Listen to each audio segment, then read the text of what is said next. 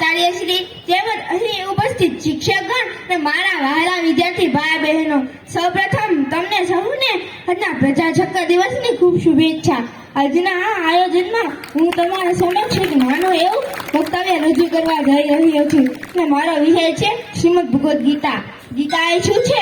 કેશવનું કામણ છે, માધવનું માખણ છે, સંસ્કૃતિની શાન છે, મીઠો મધુર ગાન છે, શ્યામ સુંદરનું સ્મિત છે ગીતા। આજથી 500 વર્ષ પહેલા કુરુક્ષેત્રના રણદાનમાં ભગવાનના મુખારવિંદુ માંથી નીકળેલું માધુર્ય એટલે શ્રીમદ ભગવદ્ ગીતા।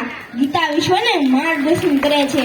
એને કઈ બંધન જાતિ કે ધર્મ નહીં, પરંતુ માનવ માત્ર માટે ઉપયોગી છે। એમાં ભગવાને માણસને આશીષ આપ્યું છે, સર્વસિદ્ધાહમ હૃદયસન્નિવિષ્ઠ, સર્વસિદ્ધાહમ હૃદયસન્નિવિષ્ઠ।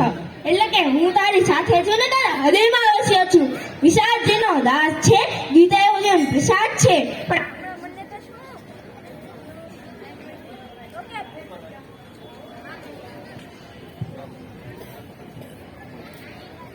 એવો જીવન પ્રસાદ છે, પણ આપણા મનને તો શું તો કે પ્રસાદ એટલે મંદિરમાં ભગવાનની આરતી થાય અને ભગવાનને ભાવથી ભોગ ધરાય અને એ ભોગને આપણે આરોગ્ય કે પ્રસાદ સારી બીજી ભાષા બસ અહીં સુધી આપણી સીમિત છે।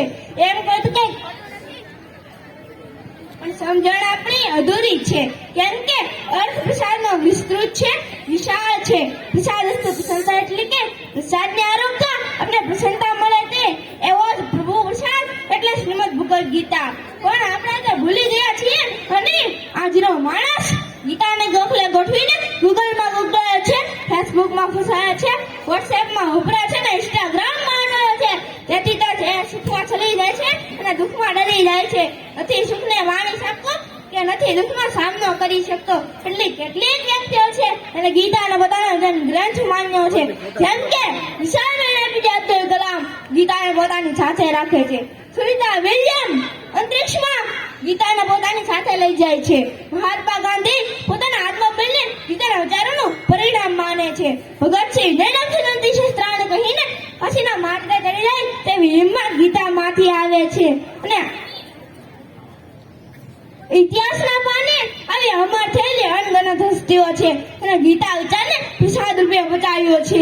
તો આપણે પણ આ વાસુદેવની વાણીને આપણા જીવનમાં ઉતારીએ અને એટલું જ કહીશ, ગીતા છે માતા સૌની દાતા, ધર્માંધીરા તો કુરુક્ષેત્રની એ ગાથા, એટલે છાત્રચંદ કવિતા, એટલે છાત્રચંદ કવિતા।